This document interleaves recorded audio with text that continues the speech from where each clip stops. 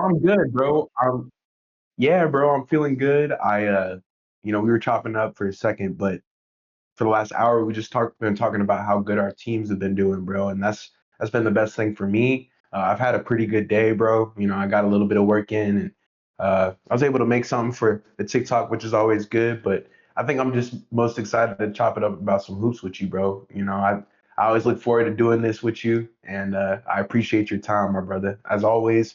And of course, the listeners, man. Shout out you guys. I've said it the last few times, but we just recently crossed that 1,000 subscribers mark, so it's just something to push us forward even more, bro. So I'm excited to chop it up with you. The Thunder are awesome. I know there's not a ton for you to talk about there, obviously being 8-0. I think we're 6-2 right now. We recently played the Blazers. We ended up defeating them 123-115.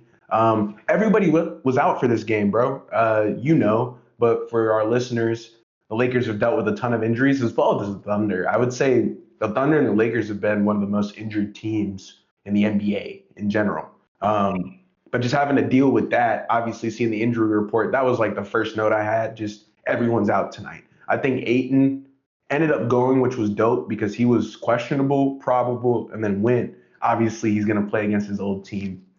We had that storyline kind of on Monday when I was touching up on it. It's that revenge game. You can't miss it.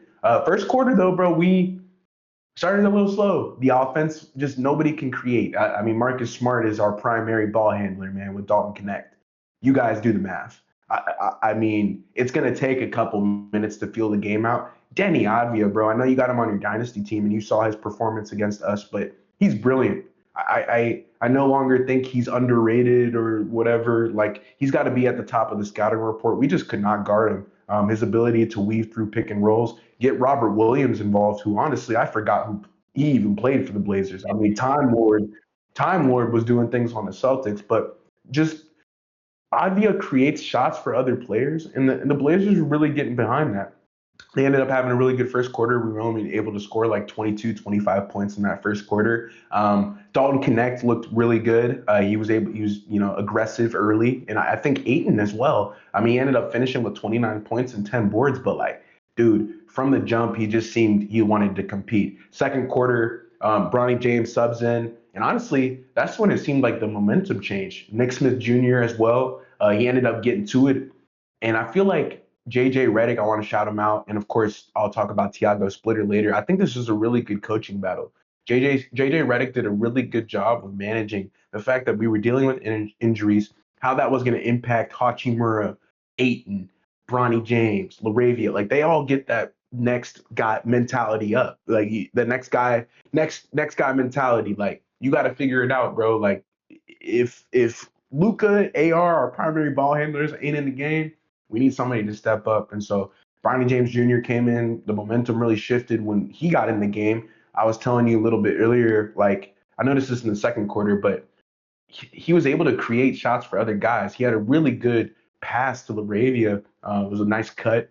LaRavia cut to the rim, and LeBron or Bronny James Jr., I guess LeBron Jr., he was driving to the rim, bro, threw it to LaRavia. LaRavia ended up getting that layup, and I was like, telling you, bro, that's the type of stuff I'm looking for. Like, if you are nervously passing a ball, that's one thing. But if you're aggressively going and you're looking to score and then you find somebody who's open because you're trying to score, that's a whole different game. So I think he gave us a lot of momentum in that regard. Nick Smith Jr., you guys may not know who he is from Arkansas, used to be a 5-star, clearly one of the better guys who, I think Charlotte had him for a second there and kind of just let him go. He wasn't somebody who they saw as a developmental piece. He was able to get his shot this night. Came in, hit a couple big threes for us, was obviously one of our only players on the roster who could create their own shot. We started to go on a run in that second quarter, and we ended up doing pretty well. We scored like 30 points in that second quarter. So we were proving to ourselves that we did actually have the offensive capability to compete with the Blazers. Blazers side now a little bit. Tiago Splitter coached a hell of a game. I think he drew up a lot of great defenses for us, and obviously bothering guys like Dalton Connect, Jake LaRavia. I noticed this in the third quarter. We had some turnovers, man, that were really costly. The Blazers were, I think they were on a 9-2 run. The Blazers had gone down. I remember we were inbounding the ball, and Dalton Connect was playing with it a little bit. He threw it, and then somebody picked it off. I think it was Kamara. But those are the types of turnovers that we're trying to limit. And I think I was going to tell you, it's just because those guys haven't been thrown in those positions. They don't usually initiate. Dalton Connect was coming off of ball screens, and Ayton was having a hell of a game in the screen and roll. I just want to shout out Da here. He had a really good third quarter. He's really changed our team around, bro. Because we now have a center who can run the pick and roll, who can work out in the mid range. I was telling you earlier, Rui Hachimura again in the third, just getting to it in the mid range. JJ Redick wanted us to be aggressive. We've started slow in third quarters as well over the course of the season. I think we had a really good third quarter, and I was proud about that. You know, even though we're playing the Blazers and people may not think they're a good team, I actually think they're actually becoming one of the better teams in the NBA, kind of in front of our eyes right now. But our offensive rating, bro, I think we're fifth in offensive rating right now, 117.7. We put up 123 points that night, and I think it was just again Roy Ayton had the 29 points. Roy was in double figures. Laravia was doing his thing. We had Dalton Connect doing his thing, and then of course Nick Smith Jr. dropping 25 on 6 of 10 from deep. You know, he was really the reason why we won the game. But ultimately, we stole the show in Portland. Um, this kind of proves to me, and again, there was another landmarker. I saw it. We had posted something on social media. The Lakers had done a good job. They always do a good job. I would say like the Lakers social media, like their marketing team, whatever, they do a really good job of capturing the moment. But again, JJ was talking about how this was another marker for our team.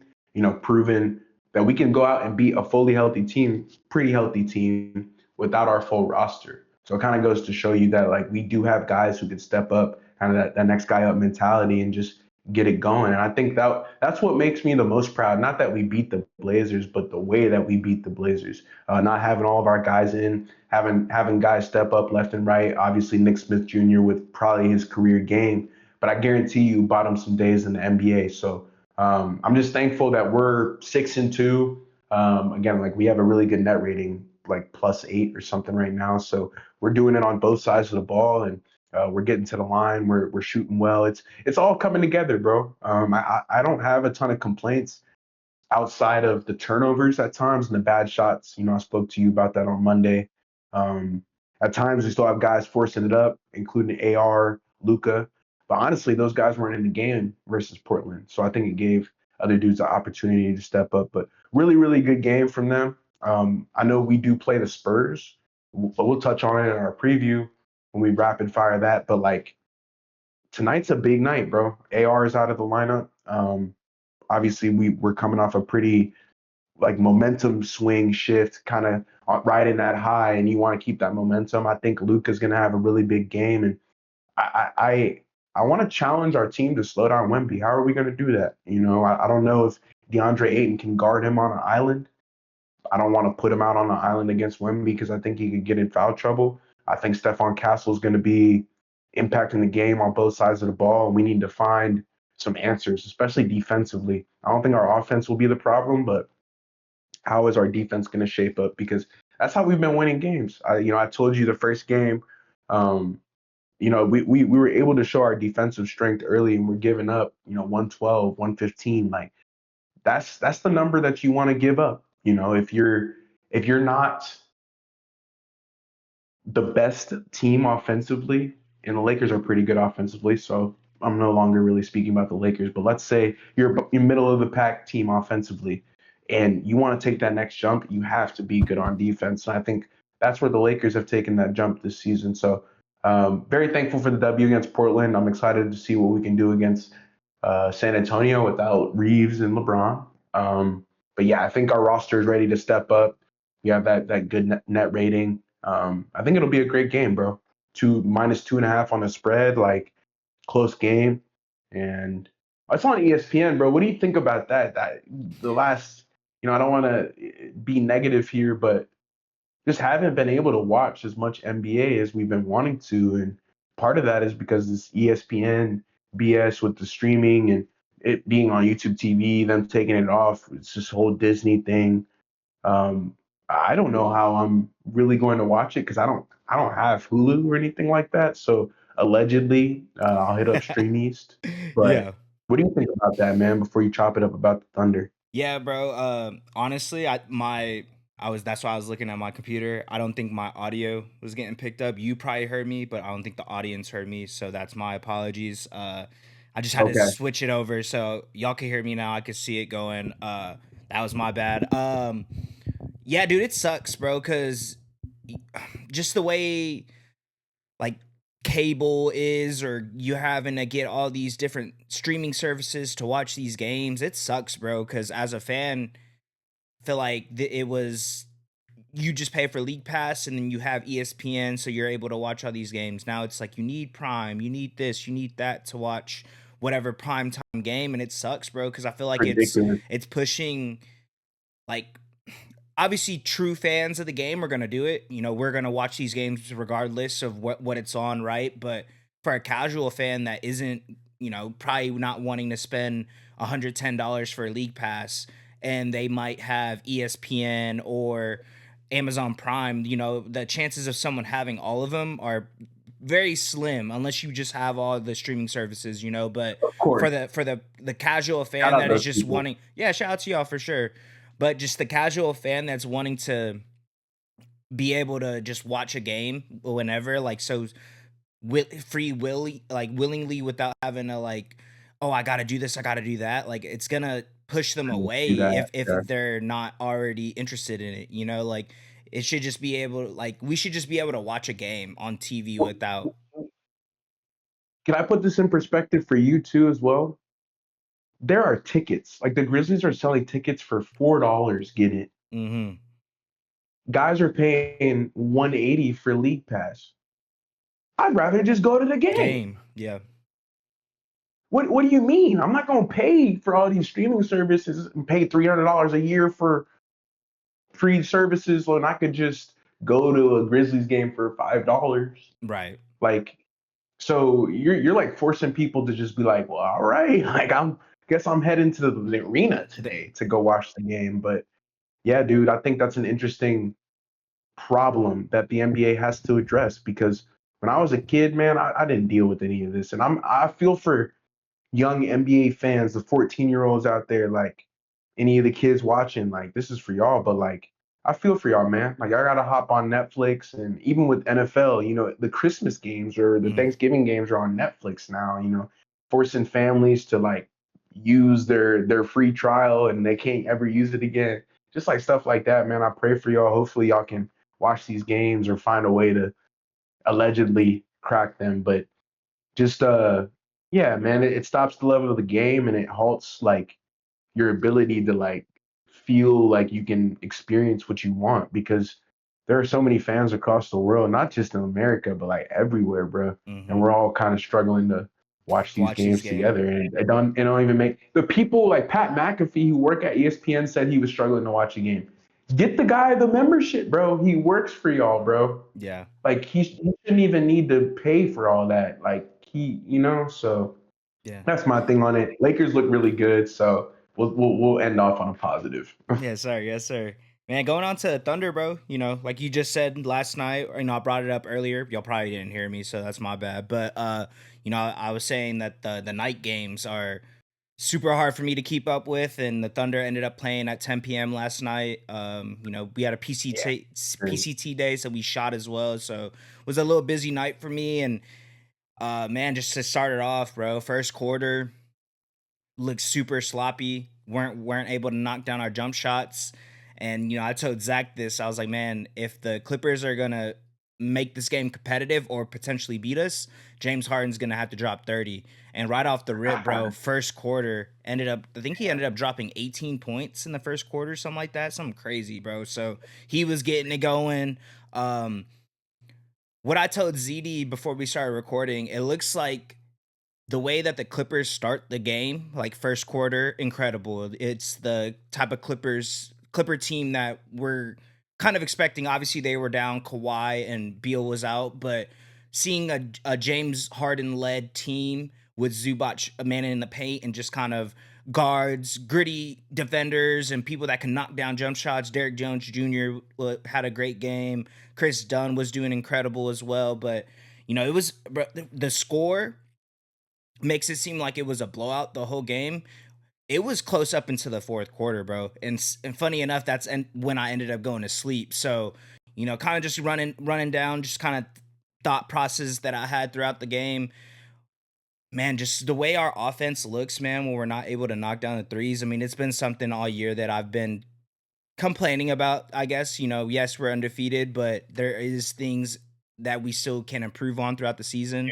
And we do have a lot of injuries as well, so don't want to use that as an excuse, but that also kind of holds a little bit of weight. So, Chet ended up coming back this game. He had a decent game for his return for these missing these past couple games, but it's really, bro, just what everybody is able to do of our bench and our production, our depth of our Yeah, team. I think that AJ is Mitchell. AJ Mitchell, bro. Isaiah Joe coming off the bench, knocking down a three right when he, checks in. Alex Caruso getting a steal and then getting a layup, like those type of moments throughout the game.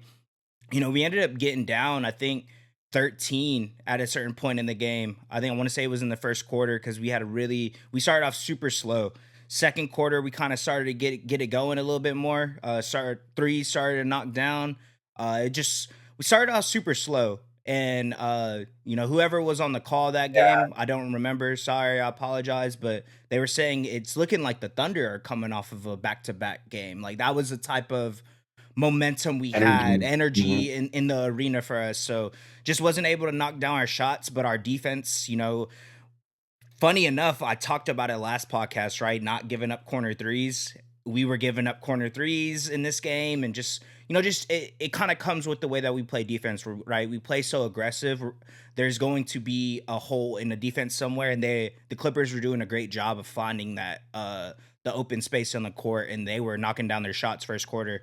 Second quarter, like I said, we started to hit our shots, started going on that comeback, and I think to end the first quarter, Isaiah Joe ended up hitting a three. I want to say that was his second or third for the quarter. He was on fire, bro. He's been incredible. He's Yeah, been, he's on red. you know, He's I on I red, told I bro. told you, bro. He's him, AJ Mitchell, like these players, like the improvement that they've had over this past offseason. I asked you, I was like, what was it? And you said, man, they won a chip, and I was like, is that all it is? Because bro, like AJ Mitchell, what he's been able to do, obviously being in the locker room with Shea, he's kind of showing him his moves and how to get to his spots. It's I'm not saying he's to that level yet, but just the way he uses his body is and like angles, like that's what I was noticing about how he gets to the rim and Right. the way he dribbles and stuff. But Isaiah Joe, bro, just what he's been able to do for us coming off the bench, and he knows that he's gonna, or that he's gonna just launch threes, and he's getting open looks, bro, and he's been knocking them down. And that three to end the first quarter was kind of a little bit of a momentum shift for us. I think we might that three ended up, I think, knocking it down to like a 9 point lead or something like that. It was like it went from a double digit to single digit going into the second quarter, and we kind of just rode that momentum. And just, man, like you know what it the main guy, bro, SGA, that's the There, guy, there's bro. He was able to, get, I think he ended up getting like three. 13 assists, 12 assists. He's getting people involved, but I mean, you said it, bro, that his three pointers were, he was knocking them down this game. He was 4 for 5, shot 80%. And he really got it going the third quarter.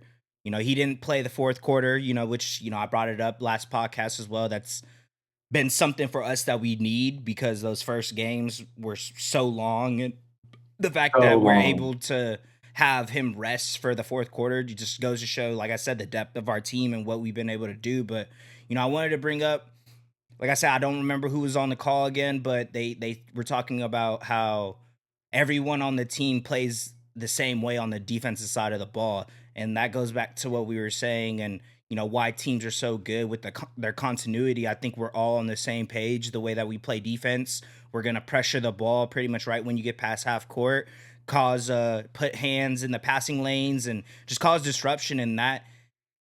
Even when we're not hitting our threes, that's what keeps us in the game. So it's we're not the most efficient. We're not shooting the best percentage. I'm pretty sure we're probably still on the bottom third of the league for 3 point percentages, but just how we're able to be play on the defense side of the ball just creates so much offense for us and fast breaks and just open shots for us in transition. It's hard to really count us out. Obviously start had that for slow start to the game, but I always felt like once we get it going, it's gonna be a different, turn Right. of events, and that's really what that third quarter was a start of. Shea started knocking down his threes, started getting to the bucket, creating for everyone else, which just opens up the game for everyone. And like you were saying, bro, AJ Mitchell haven't really brought Chet up this game. He was coming back from an injury, so didn't really expect him to go too crazy, but that's kind of been our thing this whole year. But I heart, bro, just what he's able to do, just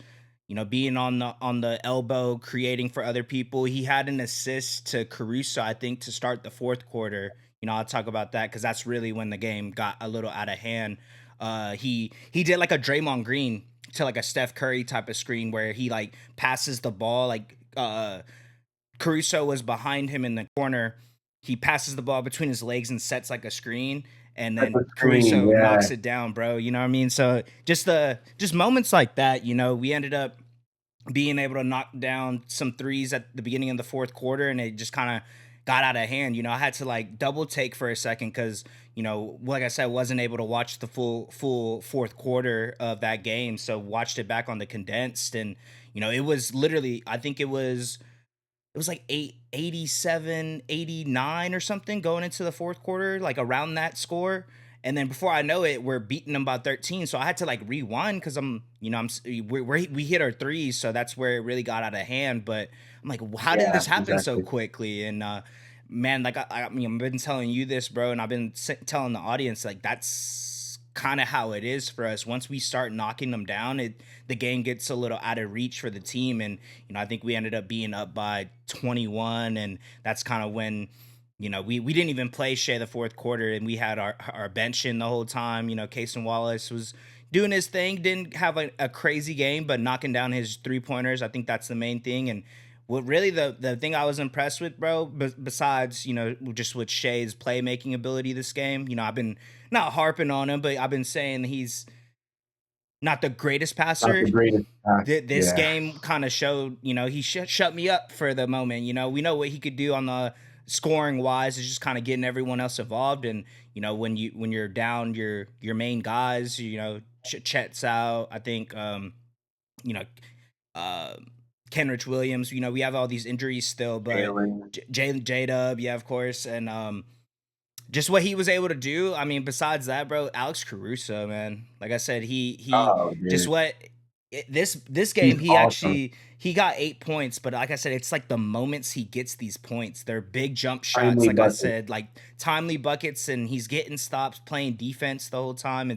He's like the Marcus Smart. Whenever you brought him up, I said I kind of see where you're coming from because I have that type of player on my team as well. It just Yeah. He's shifts the awesome. momentum. So great game. Like I said, a lot closer than what the score shows. The final was 126-107. So we beat them by 19, but it was a close game literally up into the fourth quarter. And then those first couple of minutes, Aaron Wiggins knocks down a three. I think Caruso ended up knocking a three. And then I think AJ Mitchell ended up getting like a layup or something like that. So, just Yeah. those type of buckets just Yeah. add up. And we were ended up able to get this dub. And man, kind of going off the Clippers, bro, like I said earlier, they start off the game really well and they come into halftime doing really well. It's just the second and the fourth quarter where it gets a little, obviously, you know what I mean? They went against Thunder, so can't be too judgmental off of this, but off of this one game that I watched, I haven't really been tapped in with them as much, but from what I saw this game, it looks like their age kind of shows. They slow down a little bit. They're not able to. Funny enough, they were getting fast break buckets, and people on the call were saying like they don't do that. You know what I mean? They don't.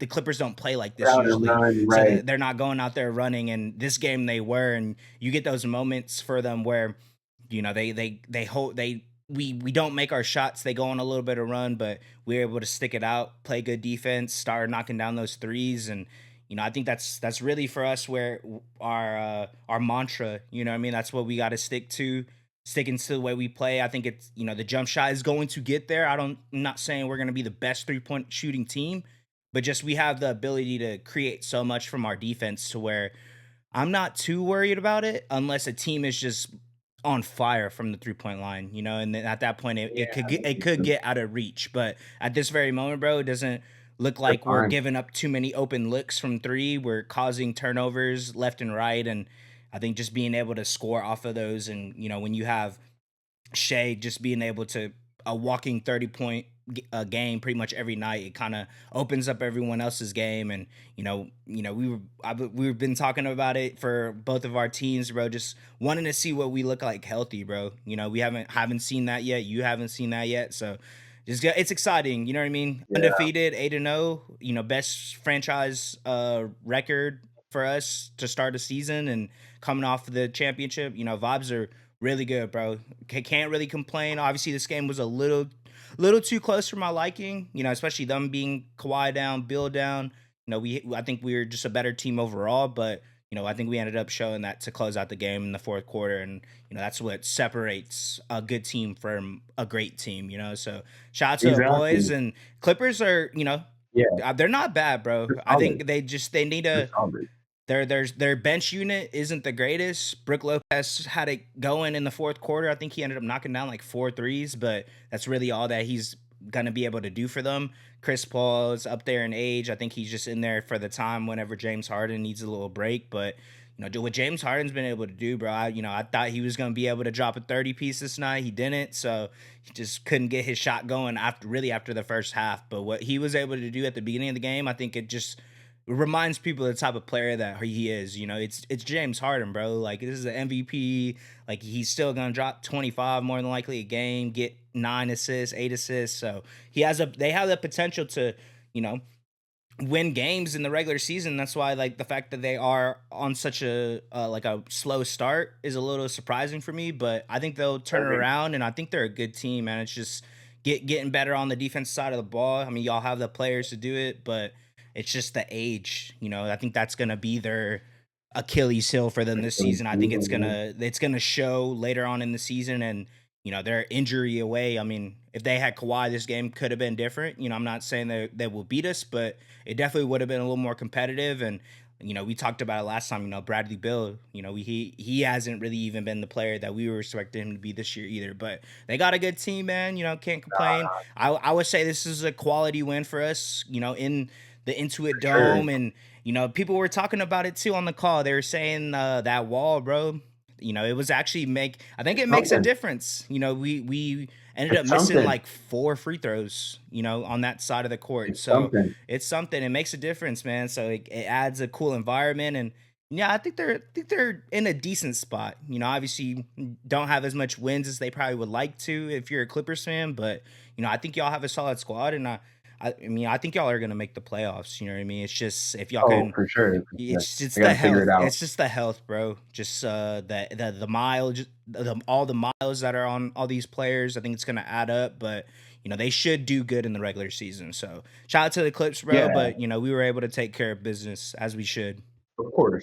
And you got to take care of business, man. Like I think in that regard, anytime Shea, because the Shea trade, right? Like Yeah. that's always, I think he's always going to get up for that, and people might forget that a little bit later down the line. Maybe not, right now he's still he's starting to get into his prime, but over the next couple of years, I know he's gonna always play the Clippers tough. So shout Hmm. out the Thunder getting it done, man, on the road. I mean, the best team in the NBA is they go like 25-0 or something. It'll be tough for CJ to say much. We'll Yeah. see. We'll see at that point if we get to that point. But yeah, you could be looking at a team that's looking to set records here. I mean, we've said this on X, we've said it everywhere on podcasts. Like this is a legit. I'll say it again. They're one of the best teams in the last decade, bro. Hmm. It only goes back to 2015. Yep. So there's not a ton of teams to pick from. I'm willing to take this Thunder team. So um, they've been brilliant. I know it's tough to talk about, but like you said, there's always something to get better on. The defense against the corner threes was tough this game. They obviously shot a lot better though Hmm. in response. Isaiah Joe hitting big time triples. That's the last thing too. The Thunder just always hitting timely buckets, man. They may shoot 30% from three, but Caruso gonna hit a clutch three or Dort or Hmm. Isaiah Joe or Shea. and that matters, bro. So I'm with you on that. But hey, bro, you ready to head out west? Stay in the west. Go talk about Memphis because I think we got some rant mayhem we gotta address here. Yeah, bro. Let's You get did into it. against my squad, bro. Putting up like 8 points. I think he was 3 or 14. The night of the Los Angeles Lakers loss when Luca had like 40 something. But for people who don't know, Ja was in a little bit of trouble. Sean Sharani reported that he had been suspended for a game for conduct detrimental to the team. Now, what that means specifically, you can be the judge. Your guess is as good as mine. But reports came out. Did you see? Well, CJ, did you see the clip? Yeah, yeah, I saw the clip. You saw the clip. All right. So people don't know there's a clip going around social media. A reporter asked him like, "Hey, like, what can you do, better? Not the coaching staff, like you." And he Mhm. goes, "I don't know. Go ask them. Like, honestly, if you ask them, they'll say, 'Don't play me.'" I think that's why he ended up getting suspended. But CJ, I want to play this game with you, man, because Ja has been over the last 2.5 years, turmoil, obviously the gun thing, whatever. He says he doesn't want to be the face of the league. Nike gave him the signature shoe. Coach Islo is from Europe. They don't really play that attitude, nonchalant, no effort. And, before we get to the would you rather, I do want to say, like, it is disappointing, I think, for me personally, to see Ja Morant in these conversations, even because he shouldn't even be putting himself in this position. But I watched the game against the Grizzlies, and his effort in the second half was it was like y'all better off not playing me type of Mm-hmm. stuff. And I was like, oh, like I've never really seen that from like Shea or Luca or any of those cats or Austin Reeves. Okay, let's take Austin Reeves. Austin Reeves is undrafted. Mm-hmm. Okay, so he's undrafted, right? John Morant's career highs around Austin Reeves' career high, right? They're similar, whatever. I know Austin Reeves has never gone on a basketball court and been like, it's whatever. Yeah. Like I can like say with certainty. Mm-hmm. So it's like little things like that, where I'm a competitor. I want to see Ja do well because I want to play against the best, but I think it's unacceptable, man. And I do want to hear your opinion on it. I think a lot of people pay good money to go to the games or get league pass. Even if you're not at the games, you still pay good money to be able to watch the Grizzlies or if you're a fan of Ja and you're not getting much from an effort perspective. I'm not even talking about the poor shooting or you could shoot poorly, but if you don't try hard, like Yeah. that's a different thing, bro. Yeah. So what are your thoughts about that? Yeah, bro. It sucks, man, because I like Ja a lot. You know what I mean? Like he's one of my favorite point guards in the league, but when he's doing stuff like this, it kind of is what makes me not like him. All the like off the court, and this is Man, on the court. You know what I mean? Like just what his effort and right. what you're providing for the team. Like obviously you are the one of the cornerstones of this franchise. You got that extension. You're getting paid well.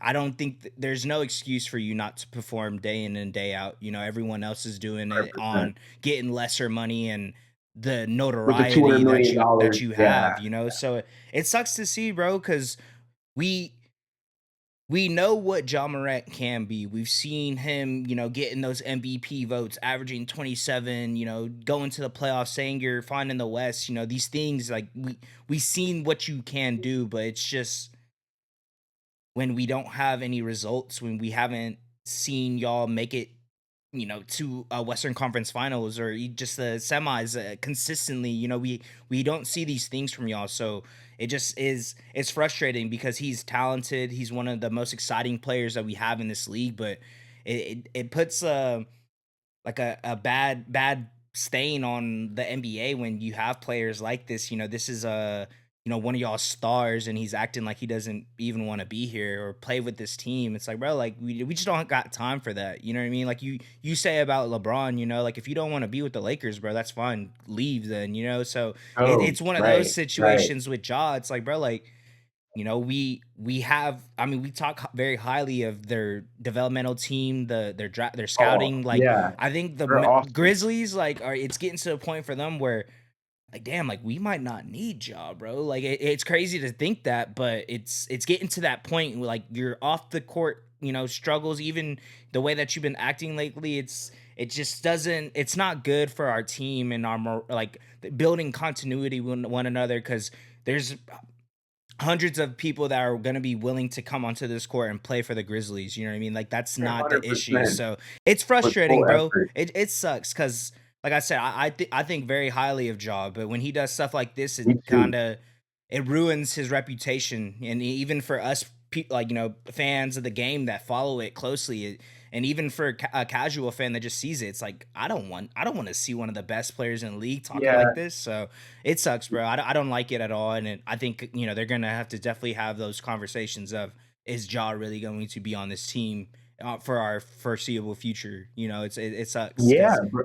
And bro, it's crazy you said that because I did some research on it. Like I'll listen to the Hoop Collective. I'll listen to Memphis is Locked On, and the dude asked the same thing: Is Ja Morant really a necessity Mhm. for our future? Like at this moment in time, and we're about to go through the exercise, but you guys will see. Ja Morant may not even be a tier one point guard anymore. Mhm. Yeah. And you not being in the huddle, I have the inside scoop. I was listening to Collective Tim McMahon, ESPN. He's talking about how Coach Islo's this happens at the Lakers game during halftime. So like he had talked to some guys, whatever. Like I'm just giving all the context. They're down, whatever.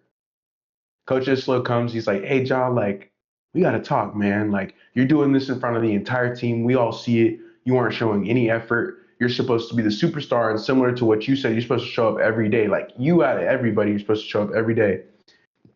If you can't do that, we'll trade you or we'll cut you." That's what he said.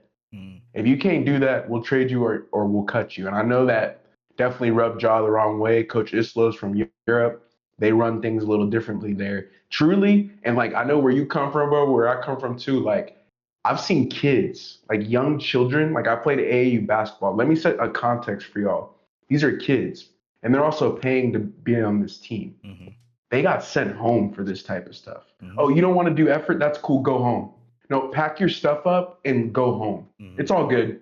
We'll have another person, little Tommy over here. He'll come in and sub in. He'll want to play. Mhm. Like I've seen like children get talked to like that. So for a grown man getting paid $250 million, yeah, no excuse, No bro. I'm out excuse. on job. Yeah. Facts, bro. Like I wanted to say it on here. I'm out on that shit. Cause like you get paid so much money, bro, and you're checked out. Like you don't even care, bro. Yeah. And Jaren Jackson Jr. is awesome. That's another thing I wanted to bring up in this too, bro. He's been like over the last 3 years, he's been better than John Morant. Mhm. I That's just agree. a fact, by the way. Yeah. But like he's also playing really good this year, and we may not get that Morant year, bro. So I have an exercise I want to go through For sure. with you, man. I got some point guards. Okay, I got the list. I got my phone. Okay. I wrote them down. Yeah. Go through a little would you rather, okay? Mhm. Let's do This it. is top of mind right now. Josh Giddey or John Morant? Josh Giddey. Darius Garland or John Morant? That's a good one. Uh, at this point, probably Ja, just because DG has been injured. I'll give Ja this one, Okay. but I had to think Okay. about that. I had to think about it. Healthy DG, Okay. DG for sure. Okay. Okay. Yeah, I'm probably taking DG too if he's healthy. Healthy, yeah, 100%. Yeah. Okay. Tyrese Maxey or John Morant? Tyrese Maxey. Okay. De'Aaron Fox or John Morant? Oh, at this moment, probably Ja, because he's been playing at least. But He's been playing yeah, healthy. healthy, Okay. healthy. Tyrese Halliburton or John Morant? Even with the injury. Even with the injury, I'm not gonna lie, probably Tyrese, bro. Me too. Yeah, like, I'm You gonna got be to take a honest. chance. Yeah, I would Yeah. rather Donovan have. Mitchell. Yeah. I was gonna say Okay. Say it. I would rather have a player be injured, but I know when he comes back, he's going to be engaged. He's going to be the engine to our offense, opposed to He what we're getting cares. from Right. Ja right now. So yeah, I would. That's the one injured player that I would take right now over Ja Morant. There you go. So Tyrese Halliburton. There y'all go. All right. Donovan Mitchell or John Morant? Donovan Mitchell, Kate Cunningham or John Morant? Cade. Like, this is, I knew yeah. that was. Wow. Yeah, Okay. yeah, yeah. Okay. Facts. Jalen Brunson or John Morant? Jalen Brunson. All right. Shea Gilgeous or John Morant? Come on now. You already know. SGA. Okay. Luca or John Morant? Luca. Okay. Trey Young or John Morant? Oh. Probably Trey still. I would take Trey even with him not shooting the ball that great right now. I would still rather have him on my team. Me too. The assists are too The good to assists, pass yep. up. Austin Reeves or John Morant? Austin Reeves, bro. Explain that one for the people. Man, man. Maybe this is because obviously you talked to me about him. I've seen kind of his development, what he's turned into, but just I think it kind of speaks for itself, especially at this very moment this season, bro. Just what he's been able to do, dropping 40, I getting 10 agree. assists. I would rather have him. He's gonna give you effort every time. He's gonna want to play. Like he's been playing without the two best players on the like consistently in the roster. I think, yeah, I think, for everyone that doesn't know, I think it just kind of speaks for itself. Look at the numbers he's been putting up, but just also he's older, but what he can do for me at this moment, and he's going to want to play for my franchise. I would rather have Austin Reeves. Oh, 100%. I love that take. That's a great take. Steph Curry or John Morant? Steph Curry, bro. Yeah, 100%. Jamal Murray or John Morant? Jamal Murray. Th- Oh, that's okay. That one's kind of that spicy, one's but I see it. that I feel like that's one of those what Jamal Murray's doing now. He's playing like an all-star right now. Hopefully he's able to get that. I know the Western Conference is very tough to get that guard spot, but if he keeps this up, he's gonna have a good conversation to do it. Plus they're winning. Ja just really, bro, like besides that game winner he had earlier this year, and he's able to still put up numbers, but for me, Jamal Murray, bro, I know day in and day out he's gonna go out here. He's going to be, depending on my roster, second best. If it's a bad roster, I would say he's probably my best player. But even at that point, I still would rather take him, bro. I think he's a a better shooter, and I think Ja's a better passer. But just what Jamal Murray's able to do, stretch the floor, be a good pick and roll player, ball handler, and so is Ja. But this is one of those like up for debate. But at this moment, I'm taking Jamal Murray. A good take, brother. I think this is the last one, and I saved the best for last. I feel like LaMelo Ball or John Morant. Oh, that is a good one. That is a good one, bro. Because they're kind of, uh, They're just yeah, LaMelo's the injury, bro. Like it's yeah, just so Lamelo's many injuries. injuries, Similar Jaws off the off the court issue, court, but yeah, yeah, yeah. like But as a just a menace player, off the court. as a Yeah, player, I would probably take Ja right now. I'm not gonna lie to you. I I think agree. I like though he's not a shot chucker, you know what I mean? And I think he can get Same. the Yeah, that's how players I'm thinking. involved a little bit better. So I would take Ja over Lamelo, but Yeah, that's I'm one of taking those Ja. up for debate. Like people could probably sway me if they were, we had this Yeah, conversation, but I'm taking Ja for sure. yeah, and I think the parallels to AI are pretty apparent, but the one thing AI did, bro, is just like the winning part. Yeah, He didn't win everything, but he was like consistently MVP, playoffs, like and like he had the off the court stuff, but like he was getting he to was it, getting to bro. it. And Yeah, as of now, John Moran is like you said, probably a tier two, tier three guard, and yeah.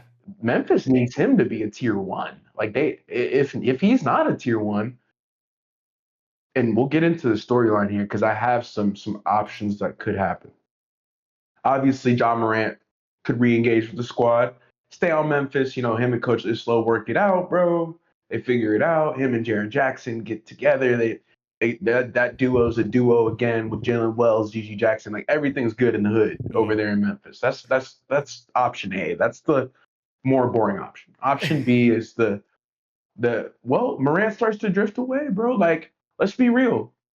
This isn't the most optimal thing for the Grizzlies to be going through at this moment. Like Hmm. they want to have security in their future and they don't really because of this. And option B, like him drifting away further and further as this goes along, I think that's what will happen. Hmm. And then a decision will be made in the offseason most likely, but when it's more of a calm time. And then option three is he wants out now.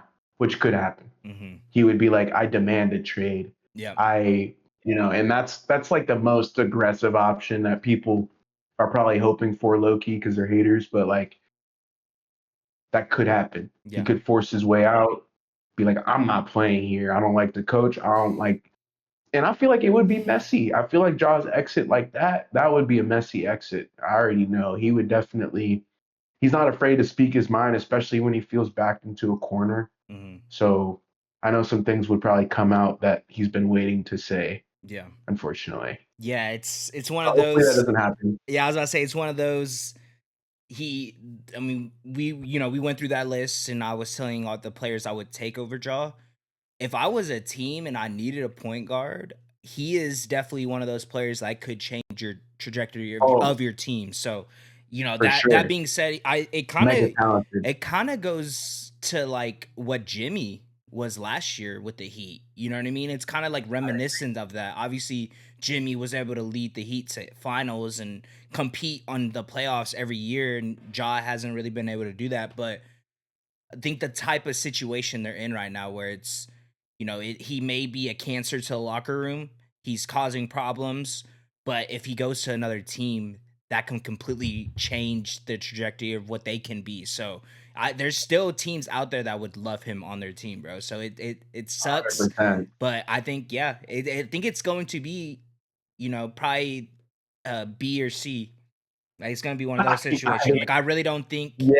from what's Yeah. going on right now, it just the locker room vibes, what you were saying, they were saying on the collective, like these things, like it's not looking good, bro. And I think it might just be time for Yeah. him to part ways with Memphis and kind of go to the next chapter of his career. And it sucks. It is what it is. Memphis was his home, right? He's been there since he was 20, 19, whatever it is, and Yeah. 19 or whatever.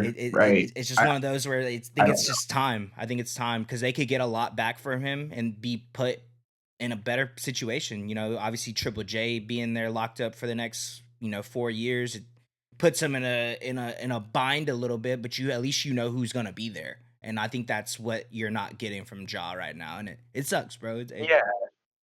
And his trade value is diminishing by the minute. Mhm. It's Yeah, like at this point, I had it in our offseason file, but I was thinking Ja would be here for the long haul. But from the little information that CJ and I do know, like I just feel that this situation it'll take care of itself. Like I don't think Ja is gonna. I see. It seems like he wants to play in Memphis. I don't think he's gonna force his way out, but like he will make it known to the front office that he's not messing with whatever they got going on. They'll make a decision from there. And I don't know, but like it would make me sad to see him be traded. But yeah, that's kind of a somber way to roll into this. You ready to chop it up about the power rankings though? Yeah, let's talk about the power And rankings. honestly, let's get through this. We'll do it quick because I know you have these games to get to. I'm gonna start with your team. You don't have to talk about it a ton. The Thunder are obviously the number one in the power rankings. The one thing I wanted to say about this is like them being 8-0, that's pretty good. That's real good. I think they might be one for the first month. Mm, Like I don't know. The one thing I will say about the power rankings is it's tough. I was talking to you about this off the camera, but like it's like the Thunder and then everybody else. right. So obviously the Thunder are number one if they're undefeated. Number two, though, this is the really interesting one, and this was the most interesting one probably of the five, the San Antonio Spurs. So what do you think about that? Obviously, they have that net rating plus 8.8, second best defensive team in the league. Like, where's your head at with Wemby? Man, I talked to you about it. Obviously, it's a different aspect of the game. The one time I bet on Wemby, he doesn't do anything, of course, but Oh, just I what know, just what right? they've been able to do, bro. I think it's, you brought it up too when we were chopping up about it. I think it's they haven't even reached their cap yet. You know what I mean? They're still in the rumblings of their beginnings of what they're trying to build, and they haven't had a healthy roster. Dylan Harper is out for Oh, 3 to 4 weeks. I yeah. don't know if we talked about Forgot that, about but that. I forgot about um, that. but when they get Fox back, when they get all their guys that are going to be starters and kind of can get their rotations in line from that, I think. I mean, I'm not mad at it. I think I'm not saying they're overrated, but I think they're in a good spot for where they're at. When you have the player of Wemby's, talent and caliber, it's kind of hard to really bet against that. But I think it's everyone else that is contributing to their wins. It's their younger guys that are stepping up. The Devin Vassell's, Keldon Johnsons, like those type of players that are really making the impact. Harrison Barnes, you know what I mean? They have like a good mix, a group of guys on that team of the veterans and the rookies are very talented, able to get 15 points a game, whatever it is, and then you have the Stephon Castles that are in their second year. I like it, bro, because I think it's really just they're basing it off of the net ratings and their record, obviously, but also their potential to what they haven't even Yeah, they're reached yet. prominent, So right? I'm not mad at it, but Little high. I was gonna say there's the power rankings is yeah, it's a little high. I agree. They're the second best team to the Thunder as of now. That's like per ESPN. Yeah. So that's why I wanted to see. But yeah, I'd agree with that take, and I just think the Wemby movement is like fully in effect. Again, like I have this rule, like we're not gonna spam talk about Wemby on the pod, Yeah. but like or like even with the Thunder, I'm like, oh, they're 8-0, skip because Right. it's like they're obviously real good, Real so you good. Yeah. can go Yeah. look that up. But like, yeah, Wemby's awesome. He's awesome. I think that's why they put them second. But moving on to the next person on the list, the Denver Nuggets. Offensively, they've been brilliant. Jokic is on the dynasty team. He's been awesome. I think they're boasting like a net rating of +10, I think, right now. So obviously, offensively, high net rating as well. I think it's like 121, second to the Rockets in the entire NBA. Jokic just he's playing at an MVP level, but it's not as crazy. I think it's more so Jamal Murray who's had a better season this year, obviously shooting 40% from deep, scoring 27 a game. Um, they just look really good with everything that's gone on the last year or so, firing Michael Malone, Calvin Booth, kind of reworking the roster. Adelman's done a great job, bro. Like what more can you say? Like Mhm. he's going to be their coach moving forward, and he's proven that the Nuggets are still a contender. They're the only team to take the Thunder to 7 games, so if that says anything. I think that can close the book there. But yeah, Denver's been awesome. They're 5-2 and they've been shaky in the fourth, but they're winning games and their net rating says they're good. And I think it makes sense to have them at the 2 spot. But Mhm. at 3, I can't complain. Right. No, yeah, I agree. I agree Yeah, with everything, bro. They've yeah, been incredible. Like you said, Jamal Murray's really been the player for me to, you know, not prove me wrong because I know what he can do, but just that very impressive start to this season. So, yeah. And so I know I didn't put this on the outline, but I'll talk to you about it. 4 is LA. We've mhm. been awesome. Yep. Offensive rating like 117.7. Luca getting 40 a game. Austin Reeves with the 50-point performance. Like, what more can you really say about that? Then 5 is the Rockets. So that All rounds out the Western top 5. Conference Yeah, all West. But I did want to bring up the East for a second because we didn't show any love to them. for sure. Philly's at 6. Mm, Cavs at 7. Bulls are at 8. So for nice. the East, TJ, what do you think about that, man? Chicago, obviously, we can talk about them for a second. Josh Giddey's well, I'd actually argue you out of anybody that I'll probably ever meet definitely knew he was good. Yeah. I feel like a lot of people in the NBA couldn't really see See that it. because they Yeah. weren't watching the Thunder when they weren't good. On top of him not being the best guy out there, it was still Shea. Right. Um, but now that he is in that just superstar role, you could call it more the primary facilitator role. How do you feel about his performance, man? He's awesome. Man, I like you said it, bro. I saw the glimpses of what he would be able to do. Be playing for the Thunder, kind of just seeing what his improvements, and he's a great ball player. You know what I mean? Like he's gonna get everyone Yeah, involved. dude. He can do everything. He's like Awesome. 6'7", 6'8", something like that. Mhm. So he's a bigger Tall. guard, and he's able to create for others, and his jump shots, he's knocking them down. I think he's shooting like 40% from 3 right now, That's bro. great. It's like Yeah, ridiculous. Something that we have never seen from Giddy. So if he can keep that all year, bro, he's going to be an all-star player. Like, and with them being hands as down. and yep. It's crazy, bro. So yeah, like you said, bro, it's that's really been the story for the Bulls. It's just Giddy's ascension. You know what I mean? I kind of wasn't expecting him to be as good from 3, but kind of like a stat sheet stuffer where he's able to get a little bit of everything. I think he ended up getting a triple double this year, Double right? double, So yeah. he's able to do those type of things. Still a traffic cone on the defense side of the ball, but just what I don't know if I brought it up. I talked to you about it, but I was telling Zach because we were watching the condensed game of the Sixers versus Bulls, and I was telling him, man, like Josh Giddey, Tyrese Maxey, they could both get to a bucket, but the way that Tyrese Maxey does it opposed to Josh Giddey are completely different, bro. Like Tyrese Maxey's pulling up in and out 3-pointer, and then Josh Giddey's gonna back you down, probably do a spin move, the layup. You know what I mean? So either way, I think it's just the way you get the buckets. You know what I mean? And yeah, no, Tyrese Maxey, bro, has been incredible, bro. Just I think he's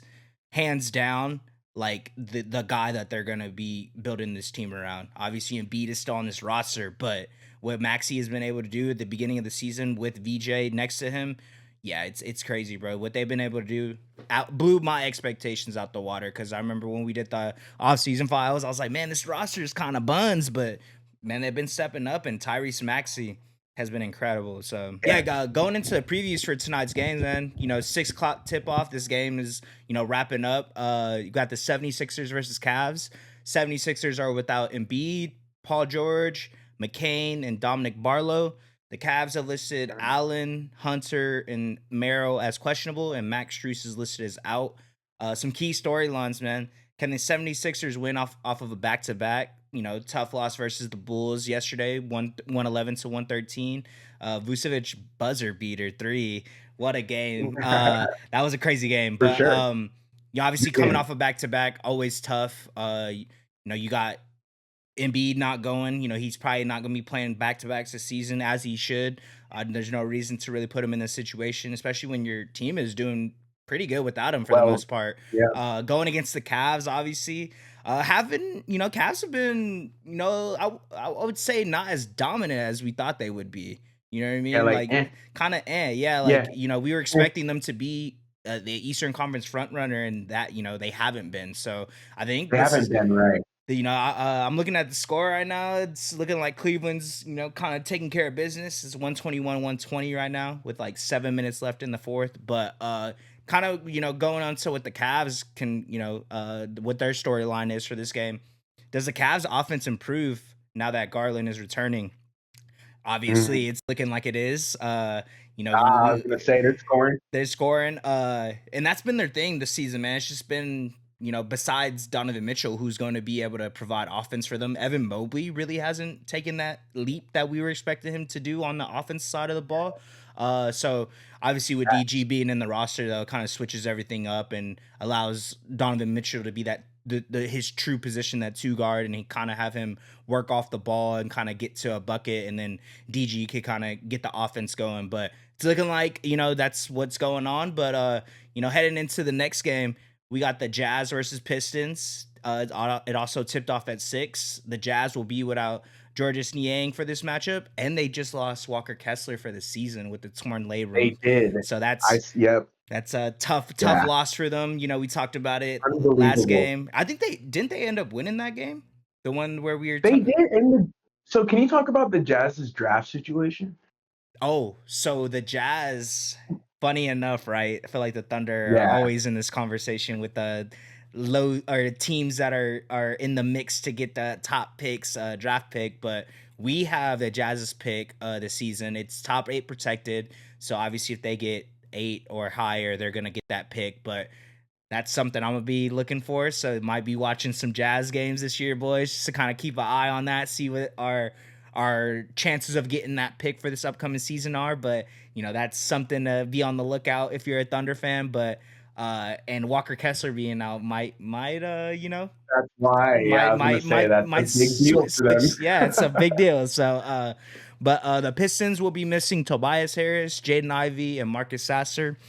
And some key Yeah. storylines for this game. Can Lauri Markkanen be a top 5 scorer in the NBA this year? Currently he's averaging 31.1 points per game, and that's 4th in the NBA.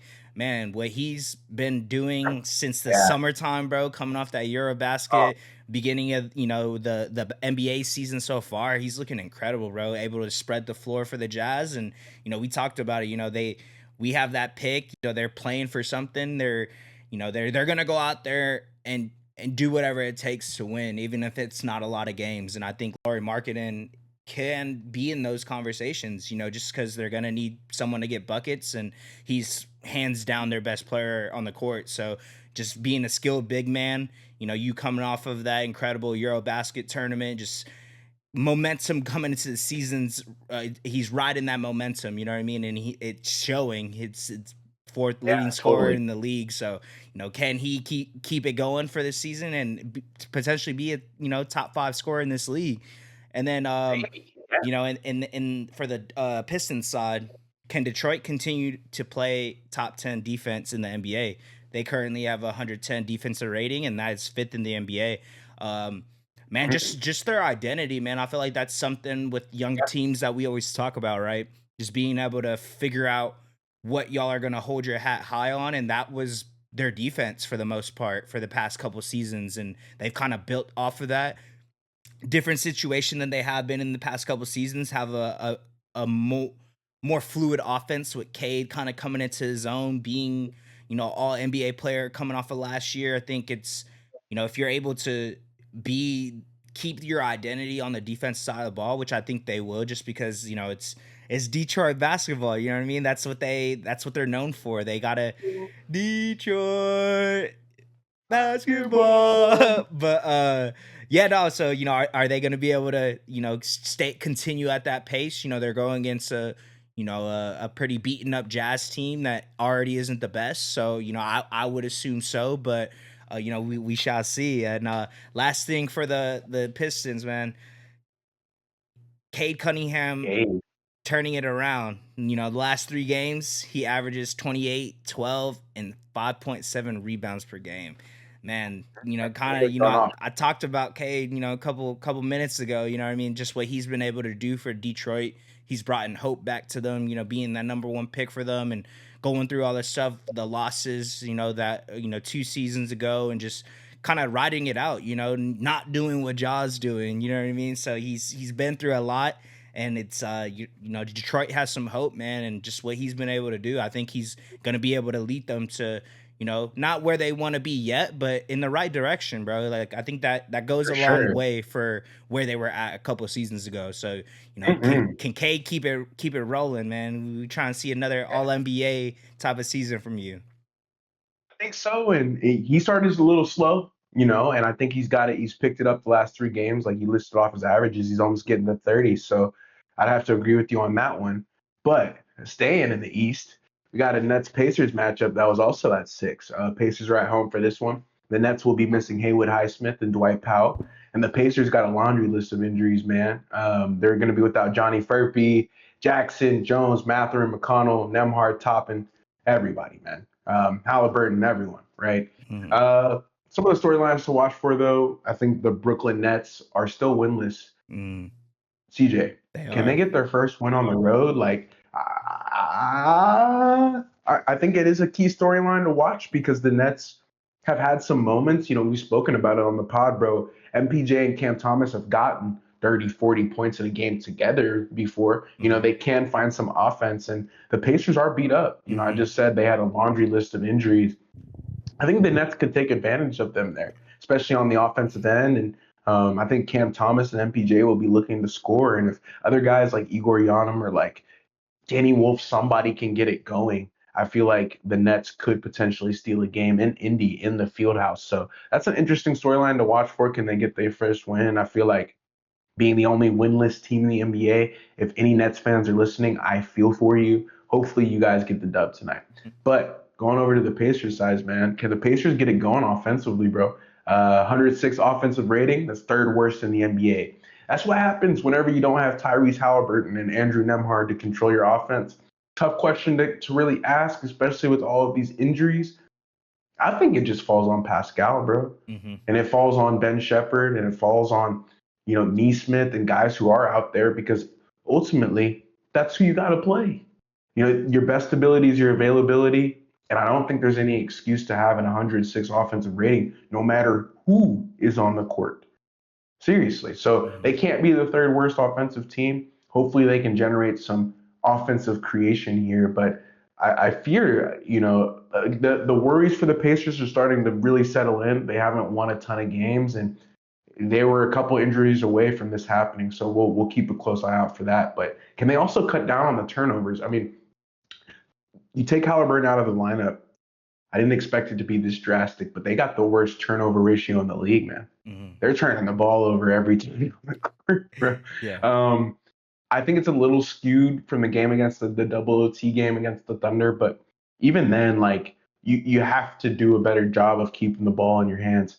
That makes sense. It correlates with the poor offense as well. You're probably not getting a ton of possessions, and you're not doing a lot with them. So Walker stepped up and had a few big games. We've seen Pascal go off and had a couple big games, but mainly for the Pacers, I think this is a game that they need to easily win. And to the Nets side for a second, like, can they get a win? Yeah. That's the true question. Like they play well on offense. Like they play with a quick pace. They're not bottom third in the league in pace, which means they are playing fast. I just think they have to put it together. So that's an interesting one. One of the more underrated games on this slate that people probably aren't going to watch, but I think you should. But moving right along, brother. This is at 6:30, so we're starting to get further and further along. It's 8:40 p.m. right now, so we're 2 hours behind. But is the Wizards Celtics game final? No. No, it The can't the be, the right? closest one is the 76ers Cavs. Cavs. Yeah. Yeah, that makes sense if they started first. Yeah, that makes sense. But yeah, this game was at 6:30. Wizards versus Celtics. Celtics are at home. The Wizards are on the road. Wizards have Chris Middleton listed as out, and then the Celtics are without Jason Tatum. You guys know he has that unfortunate injury that's keeping him out for the entire season. But starting off on the Wizards side, man, going into the storylines, can the Wizards find offense against a top 13 NBA defense? The Celtics do play really good defense. We know they've struggled on offense. I spoke to CJ about this on Monday, but Peyton Pritchard, Derek White, they haven't been able to get it going from three. Jalen Brown's been their best offensive player. I think he's averaging 25, 26, 27 points. Also, Anthony Simons has been fairly quiet. Um, One of the more streakier scorers that we have in the NBA, but from the production that he was getting 20 a game in Portland, he's giving you 14 now. So I think the question remains, I I wonder what the Wizards are going to be able to put together for this one, knowing that the Celtics are going to be forced to play great defense since their offense is lacking. I think, you know, Alex Sarr, 31-point performance. I think Keyshawn George has been awesome as well. I don't know if he's dropped 30, but I know he's averaging 20 something points. Kind of brings me into my next point. Can he keep it up? I feel like the Wizards have had a lot of solid production from Trey Johnson, Keyshawn George, Sarr, and Koulibaly's back in the lineup as well. So as long as they can find some sort of offense in this game, I feel like the Wizards are going to have a pathway to success. We know they're good on the defensive end, or they're a little bit better there. They haven't shown that so far this season. They ranked 27th in defensive rating, but Bilal Koulibaly being back in the lineup, Sarr will get his footing. I think the Wizards will be okay. But moving on to the Celtics, man, can the Celtics just generate better offense and more assists? They're only averaging 104 points over the last three games, and they're last in the NBA in assists per game. Did you know that? I The did not. Boston Celtics, I did not know that. No. a team that was right. The Missoula offense, the humming engine, you swing, swing, shoot threes. They were getting a ton of assists a year and a half ago, 2 years ago. They're last in the NBA. So I think that's an interesting stat right there. Yeah, it makes you shake your head because it's crazy how that can flip. A title contending team is now last in the league in assists, and they don't have somebody who can generate offense by themselves. Mm-hmm. Besides Jalen Brown, it's not like they have a bunch of isolation scorers. So I think they need to really look to swing the ball, get more like everybody involved a little bit more instead of just ISO heavy basketball. When you watch the Celtics, it's five out, swing, swing, pound the ball a couple times and try to get to work. So I think that's an interesting stat to keep your eye out for. And hopefully this one is more competitive than I was originally thinking because obviously the Celtics don't have Tatum. They haven't been playing great. The Wizards have been playing better, still not the best. I think it'll be a competitive matchup. Mm-hmm. Yeah, yeah. It's not looking like it right now, sadly. Ah, Yeah, ah. but So Celtics killing? Celtics killing 123-101 right now. SAR 31 points. So Wow. Yeah, weak interior makes sense. Makes sense. Makes sense. Dang, man, Wizards fans didn't show up. Ah, Hate to see it, man. Going into the next one, we have another 6:30 tip off. It was the game on ESPN. Actually, it's T. Wolves versus Knicks. T. Wolves have listed Anthony Edwards as questionable. He ended up going, and the Knicks have also oh, listed Cat as questionable. I think he ended up going as well. So no injuries. Everyone's playing. Ant's return back from his what week or like 10 days hamstring. hamstring Yeah, injury. 10 days. Some key storylines with will Anthony Edwards returning hinder the T Wolves offensively in any way? Obviously, Julius Randle has been playing incredible in Anthony Edwards' absence, so that obviously is going to take some touches away from him. I'm looking at the box score right now because I had a little parlay set in. You know what I'm saying? Yeah, Julius Randle's doing his thing, 25, 4 and doing his 4. thing. Ant's not having the greatest game right now. Only has 15 and he's 5 for 13 from the field. So not bad, but not the Anthony Not Edwards that horrible. we were accustomed to, right? And also, can the T Wolves continue to have a top 10 offense? As of right now, they only have 97 points in the fourth quarter, so it doesn't really look like it. When you have Ant coming back from an injury, you obviously want him to get his touches. I haven't watched the game. We don't know what's going on with the how it went, but from me just assuming probably was trying to get him going. Julius Randle still has a hot hand, so they were definitely let him get to a bucket, and it looks Trying to like he feed was him. was able to do that, but what wasn't enough. But on the flip side, on the Knicks, some key storylines for them. Can Cat get going versus Rudy Gobert? He has 20.4 points per game on just 40% shooting right now. Cat did not get it going. He only has 15 points, and he Interesting. was 5 from 11, 1 from 5 from 3. So hasn't really been able to get that jump shot knocking down. It's one of those players, whenever he does get it, he becomes, one of the best centers in the league, so it just hasn't Uh, really been able to get all that NBA. going. He's been super streaky to start the season, but the Knicks have been still able to get some dubs. They're about to be 5-0 in the Garden, so holding it down. That's their only wins for the season. They're 0-3 on the road, so On the something to road, kind yeah. of keep an eye out for later on this Good season. point. And can this version of the Knicks win in the East? Heading to the season, they were, that's who I had going to the finals, Eastern Conference champions. At this very moment, man, it's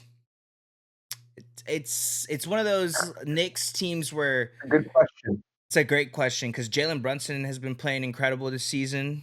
Oh, Coming off of awesome. his past year, but Cat has been the He might make first inconsistent one. team. So yeah, I think McCall Bridges has been playing really well as well. Oh, he's been on. Being able to defend and getting like 15 points a game. You know what I mean? So it's looking like everyone else is doing their part. OG's slowly doing his thing. Getting that 12 to 15 point range. I think he ended up dropping almost 30 early on in the season. But I think with the way the roster is right now, just because the East is still beat up, I think they still got a great chance, and especially if Cat could get it going, getting to his 40% from three, like we're accustomed to seeing him do. I think, I have them coming out the East. So I think so. I think this version of the Knicks is going back to what Jallison, I think they're fine in the East. You know what I mean? I think they're Ah, there it chilling. I is. think they're chilling. But going on to the next matchup, 7:30 tip off. This one is in the midst of things. It's in the third quarter right now. Rockets versus Grizzlies. The Rockets are without Fred VanVleet, of course, and Dorian Finney-Smith has also been out and hasn't played a game this season. Hasn't played. We talked to I talked to you about it. Obviously, he came from the Lakers, and we haven't really. Hotline Bling Arabia. Call Yeah, him if you need him. that's what I'm Call him. saying. That's what I'm saying. And the Grizzlies have listed Ty Jerome, Zach Edey, Scottie Pippen Jr., and Brandon Clark is out. Obviously the plethora of injuries that they've been dealing with this whole season. It's looking like it's going to be like that for the foreseeable, future for the next couple weeks. But some key storylines, man. Can Ja Morant perform better on offense? He's currently averaging 20 points, 7 assists on 39% shooting. We talked about Ja. He had his own segment. We know the type of player he can be, but can you look past all the noise that's been going on in the franchise and just everything that's been going on the past couple of seasons? And can you just play basketball, bro? Do what you're out there to do. We know how great you can be. It's just if you're locked in and your effort is showing, that's all we want to see as basketball fans. You know what I mean? So can he get it going? He's been super inconsistent, inefficient 20-point scorer right now. And, I would say kind of empty stats to an extent. And on the flip side, man, can the Rockets continue to be the best offense in the NBA? They have a 123.2 offensive rating, which is the best in the NBA, like we said. Man, it's kind of, small sample size, right? But, almost 12 games into the season, or my fault, almost 8 games into the season. I think this is the eighth for some teams. Yeah, Just what we've been able to see from him, like we brought it up earlier with Sengun, just what he's able to do, and he's a 7-footer that can body everybody in the paint, and just kind of has like the herky jerky movements of getting to the rim and creating for others. And then you have KD, bro. You have one of the greatest scorers, if not the greatest scorer of our generation, and I think he's pretty much just what we were expecting him to do coming to the season. He's been able to replicate it every year in and year out and be what the Rockets were missing. And that was just a consistent scorer that can create for themselves and not have to rely on people getting him open. He could take a shot and it's probably open yeah, majority of the time. he is a bucket. He is the bucket. He is Like, the bucket, bro. And then, yeah, he's walking. last thing for the Rockets, can Alfred Sengun continue his All Star season?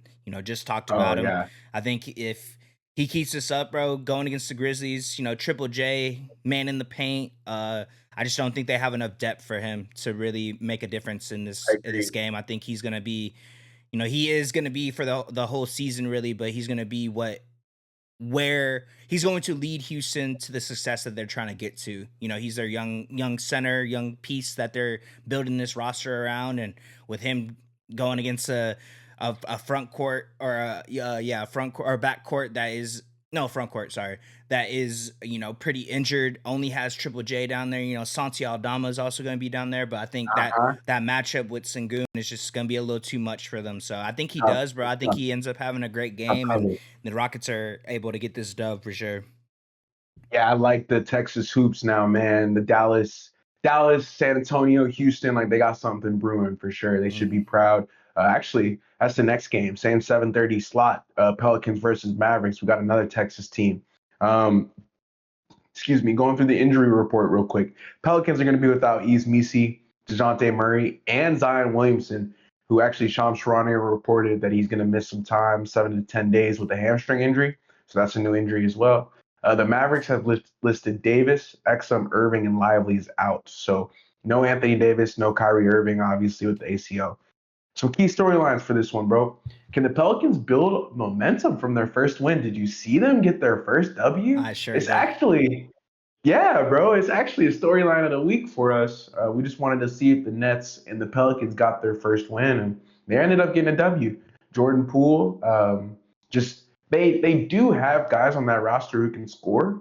I think Willie Green is on the hot seat right now, and his job is in jeopardy if he can't figure it out. Really since that NBA Cup loss to Hmm. they just haven't been the same, man. And that's okay. Losing BI, it's tough. People forget they lost BI. I know it happened really quick, but Brandon Ingram did play for the Pelicans, so they do have to fill that void. Hey, I want to shout out this cat, Zero Fears. He's been the bright spot. I said they didn't have a bright spot prior to this win. That was a lie. Taking Jeremiah Fears, where they took him in the near the back half of the first round, I think was a really good value pick. So they did end up hitting on something, but how can they build momentum from this good, first bit of taste of success, you could say, especially with, and this goes into my next point for the Pelicans, Zion's out for a week. How will they fare as a team and on offense? They signed DeAndre Jordan recently and immediately had to start him just based off of their injuries. I didn't know Yves Missi wasn't going. I think he played earlier this year, but he ended up getting an injury in the game. Yeah, their front court is really thin, and losing Zion, a front court player, power forward, it's tough. I would say they're a more guard heavy roster. Trey Murphy, Jeremiah Fears, Dejounte, when he's out there, obviously he hasn't been healthy.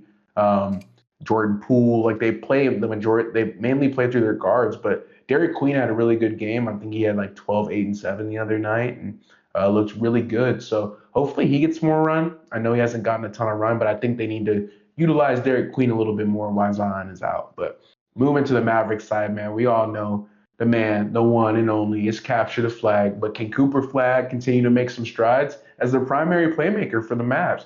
He's been forced to be the point guard, bro. We haven't spoken about it much. We also have a rule right now. We're not going to talk too much about him either because he's 18. He's the youngest player in the NBA. For people who forget, anything he's doing right now don't really it counts, but it don't really count. Like Right.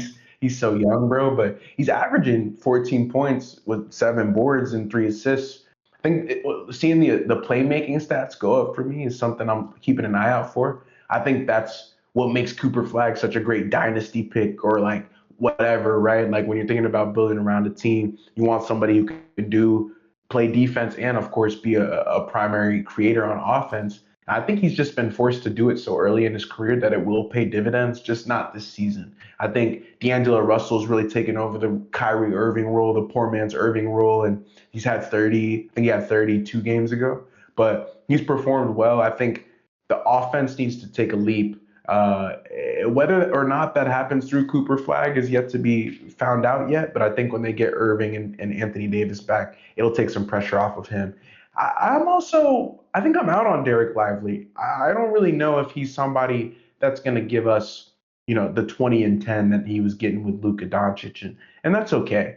But if Derek Lively's not going to be the best center, like, yeah, where's the scoring going to come from? I think it needs to start with him, and he's just got to figure out a way to perform a little bit better. So I think that game started, almost an hour and 20 minutes ago. I'm sure it's deep into it, and CJ will say the score. But now we're in the late slate. It's the 9 p.m. game. It's Heat versus Nuggets. But CJ, what's the score? 59-57 Mavs in Oh, the third close quarter. game. Close game.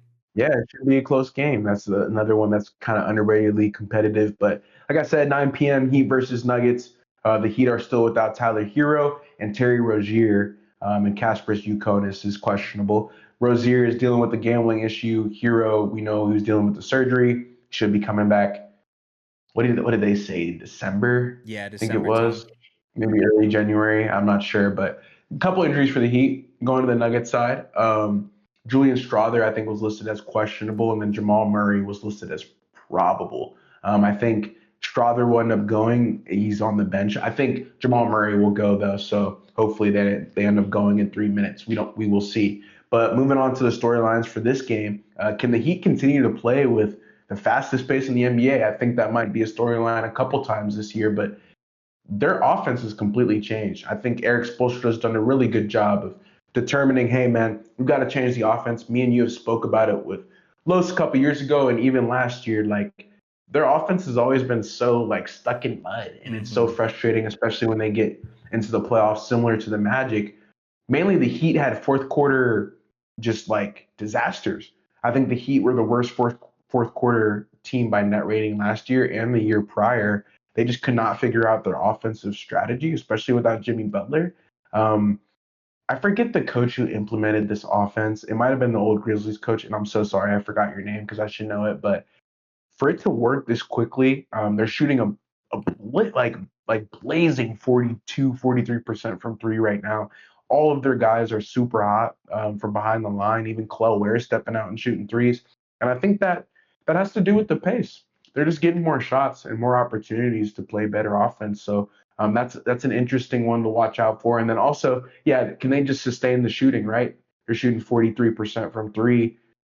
I think versus the Nuggets, that's how you beat them. You have to bomb threes and hope they go in. And I think the Heat have a chance to do that. They play fast and hit threes. Mm-hmm. That's the way that's kind of a good way to beat the Nuggets. So we'll keep an eye on for that, our eye out for that one. But I think those are some pretty good storylines we can watch for the Heat. But moving towards the Nuggets, um, man, bro, can the Nuggets sustain their high level of offense, bro? They have a 121.2 offensive rating right now, which is second in the NBA, only to the Rockets. So Nikola Jokic, Jamal Murray, that dynamic duo. That honestly, Jamal Murray's.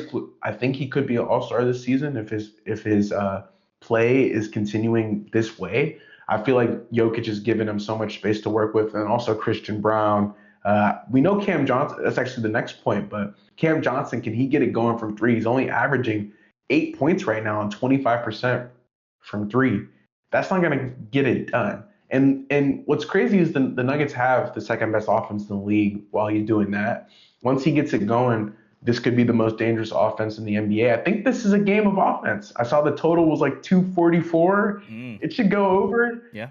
There's not going to be a ton of defense being played in this one. Even on the Heat side, I feel like in the altitude, it's so hard to play at Ball Arena. My goodness, people forget in Colorado, it's just unreal the altitude you have to deal with. But that combined with the pace, combined with the shooting for both of these teams, yeah, give me the over. The I over don't for do sure. gambling advice, but hit that. Right, right, right. Man, going into the next one, man. The other 9 o'clock tip off. It's the boys, man. Thunder versus Trailblazers. Oh, they're going now. Going now. They just started. Coming off the back to back as well. The Thunder are going to be without Caruso, Dort, Holmgren, Topich, Kenrich Williams, and J Dub. The Blazers have listed Henderson, Wesley, and Thibault as out. And some key storylines, man. Can the Thunder stay undefeated? We're currently 8-0. Uh, I think we have a good shot. Obviously, we're some guys down and coming off of this back to back game that we just had last night, but I think we're in a good opportunity, bro. Looks like everyone's clicking on all cylinders, and it's Yeah. hard to bet against the MVP, bro. You know what I mean? Got the guys around Hey, him. We have AJ Mitchell stepping up, Isaiah Joe knocking him down.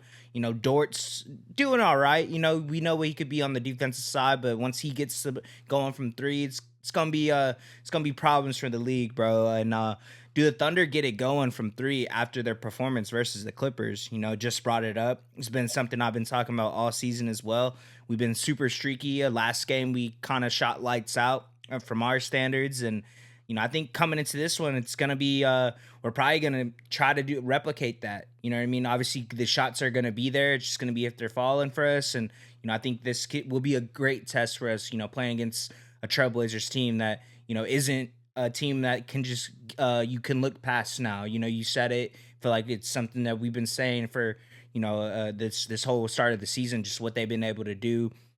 And on the Portland side, can Portland bounce back at home after a tough loss to the Lakers? You know what I mean? You brought it up good earlier question. whenever we were talking about it. DeAndre and did his thing against them. I think that's going to leave a sour taste in their mouth. Obviously defending champs coming to the building. I think it's always adds a little bit of fire for these guys. Seeing how the Clippers were playing. I think it's a good example. Going on fast break points when they don't even do that. I think when the defending champ gets in the building, bro, I think everyone just kind of plays out of their mind. So I think it's gonna be a good one for the Trailblazers, bro. I think they're gonna be trying to expose us for coming off this back to back, but I think we got enough guys on our roster to where it's gonna be competitive. But last thing for the Trailblazers, can Denny Avita continue to play at an All Star level? He's currently averaging 24, 6 and 4, and just what he's been Jeez. been able to do, bro. That he was one of my dynasty pickups this year, so I've been keeping an eye on him, seeing what he's able to do. I think he you know is able to do his thing against us, man.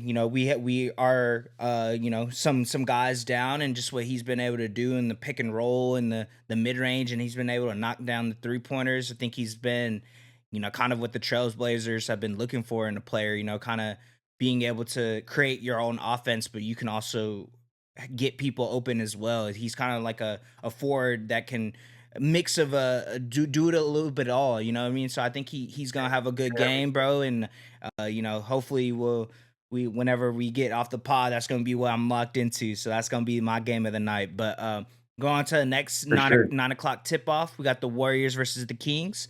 The Warriors have listed Curry, Melton, and Tuhey as out. Butler, Yeah, Green, Alex. Right. Butler, Green, and Pods as questionable, and the Kings are without Levine, Sabonis, and Keegan Murray. A huge loss for them. They got a little plethora of injuries as well. Some key storylines for the Kings. Can the Kings manage their offense without Zach Levine and Domantas Sabonis? They currently are 114.2 offense rating with Zach Levine and Sabonis on the court. A huge part of what they are able to do on the offensive side. Obviously, they have DeRozan still, Everything. but just obviously Sabonis being the hub for the offense and Levine really being able to spread the floor and be the guy on the roster that can kind of shift moments in the game. You know, it's going to be a huge loss for them. So will the Kings be able to manage these injuries and be able to create offense without their go-to Yeah, guys? offense. And how does the Warriors offense look without Steph Curry in the lineup? Obviously, this Warriors team is built around Steph, and why they're able to be successful in this league is because of him. So it's going to be interesting to see what that looks like without their guy as well. So it's going to be one of those matchups where, you know, main key injuries are going to make a huge impact on both of these teams. So we'll see who's going to be able to, you know, scrape this dub. But does Golden State also consider their hot shooting? They have a 62% true shooting percentage across all metrics. You know, Jimmy Butler has been really the consistent offense whenever Steph Curry isn't on the court. So I'm expecting a big game from him. I think we're going to be seeing the Butler versus DeRozan matchup throughout the whole night. You know, savvy veterans that Ooh, could get to the line and, you know, create opportunities for teams, right? Getting to the free throw line, hitting those tough contested mid-range jumpers. You know, I think that's going to be a cool matchup to look at for this game. But, you know, like I said, got some main guys that are out for both of the respectable teams, but I think it's going to be one of those like good games that we don't under expect. You know what I mean? Like, exactly. so it's going to be an It's underrated underrated. game. Yeah, yeah. Heck yeah. And I mean, to round out the slate, man. Got the ESPN one at 9 p.m. This one just started. If you can't watch it, I apologize. We talked about that too. But the Lakers versus Spurs, baby. We got LA in the building. We are on the road going up against the San Antonio Spurs. The Lakers have listed Austin Reeves, LeBron James, Adu Thero, Gabe Vincent, Maxi Kleber is out. The Spurs are without De'Aaron Fox, Dylan Harper, new injury there. He should be out for a month, and Luke Cornett. Olenek, Jeremy Sohan, and Lindy Waters are listed as questionable. So we'll see if those guys end up going. Key storylines to watch for in this one, man. Victor Wembanyama versus Luka Doncic. I am here to say it. Wemby's never beaten Luka. I think Luka's had 50 points 2 times against Wemby. By the way, I think I feel like these two dudes are going to elevate their games tonight.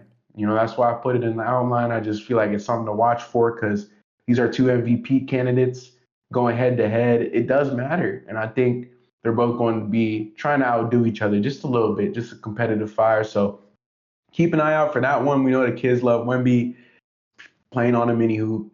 I'm going to be watching Luca. We know those two guys are dogs. And I think right now, you know, you had Luca as number one. I'm probably going Doncic, Shea, Wemby. Yeah. So to give you guys a quick MVP, like it's something. And then you know Giannis, Tyrese Maxey, they're probably gonna round out my five. But I mean, those five dudes right there are absolutely putting on a show. So I just feel like the Doncic versus Wemby storyline, of course. But can the Lakers continue their offensive onslaught, man? We've said it a few times throughout this podcast. 117 offensive rating. Like, can we just continue to play at that high of a level? If we can continue to do that, man, it'll be really hard to stop us. Going to the Spurs side, can it really? This is where they've been playing very well this season, but can their defense slow us down in LA or against LA? I think they have an 108 defensive rating, so that's like second in the NBA. They're the second best defensive team, so this is really good offense versus really good defense, and it's going to be a battle to see who wins. I feel like the Spurs, that's the pathway to how they win tonight, is they play through Wemby and they get up on the defensive end. I feel like they're playing at home, so there'll be a little bit of extra juice in that arena. And LA's been playing well, man. I think I feel like they're gonna understand how big of a moment this is in terms of it's probably their biggest game they've played this season. Just in terms of like the opponent record wise, like the storylines, all that. So I feel like the Spurs are gonna be here tonight, bro, and they're gonna show up on the defensive end. So that's something to watch out for since they have such a good defensive rating. Another question, bro. This is an interesting one because I want to hear your answer, but who is the primary ball handler going to be for the Spurs if Fox and Harper are out? We know it's Stephon Castle. He's less of a pick and roll ball handler. So it will be interesting to see who they have running the point because outside of him, they don't really have anybody who can run the point. So Mm-hmm. it'll be interesting to see what they do tonight when he's not in the lineup and just who's going to be initiating. Do we see Wemby bring him the ball up a couple times? Probably. I Mm-hmm. feel like I feel like the Spurs are never afraid to test out the waters. But yeah, this is the game of the night for me. Probably the game of the night for America. It's on ESPN, 2.5 spread, 2.5 point spread. I mean, yeah, I'm excited, bro. I think it's 9:10 p.m. Eastern right now, so uh, yeah, I'm ready to get to the game. Yeah. Yeah, bro. Yeah, probably like you said, obviously Steph Castle, and then I wouldn't be surprised seeing like Keldon Johnson bring the ball up, Devin Vassell initiate the offense. They Really? just just because they don't.